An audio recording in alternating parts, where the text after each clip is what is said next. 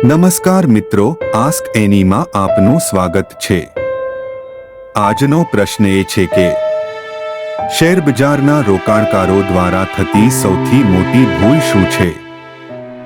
શેરબજારમાં રોકાણ કરતી વખતે રોકાણકારો ઘણીવાર કેટલીક ભૂલો કરે છે, જેમ કે બીજાના ભરોસે રોકાણ કરવું, હંમેશા બીજા પાસેથી સલાહ લેવી, ખાસ કરીને એજન્ટો કે પેઢીઓ પાસેથી અને મિત્રો પાસેથી ફોનમાં ટિપ્સ મેળવવી। આ બધા પ્રયત્નો તેમના માટે નુકસાનકારક બની શકે છે। બિનજરૂરી મોબાઈલ એપ્લિકેશન્સ ડાઉનલોડ કરી આખો દિવસ સ્ટોક એનાલિસિસ કરવી, વિડિયો અને સમાચારમાં મોહીને સ્ટોક લે વેચ કરવું અને પોતાની જાતે એનાલિસિસ ન કરવી એ પણ એક મોટી ભૂલ છે।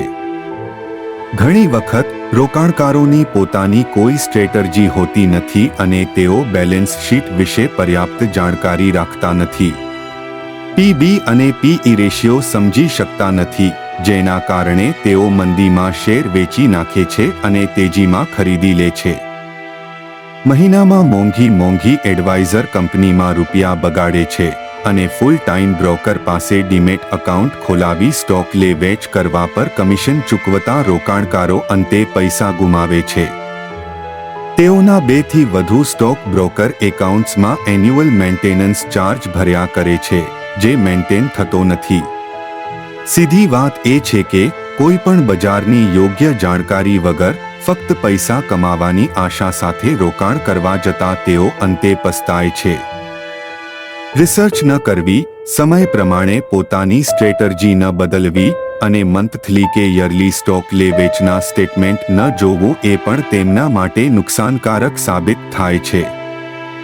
પરસેવાની કમાણી બીજાના કહેવાથી ગમે ત્યાં મૂકી દેવાથી અને બેંકમાં વધુ બ્રોકરેજ હોવા છતાં ડીમેટ એકાઉન્ટ ખોલાવવાથી તેઓ અંતે મેન્ટેનન્સ અને સ્ટોક સેલ પરચેસ પર પૈસા ગુમાવે છે। જો તમારી પાસે પણ આ પ્રશ્ન વિશે માહિતી હોય તો કૃપા કરીને તમારો જવાબ કોમેન્ટ બોક્સમાં લખો।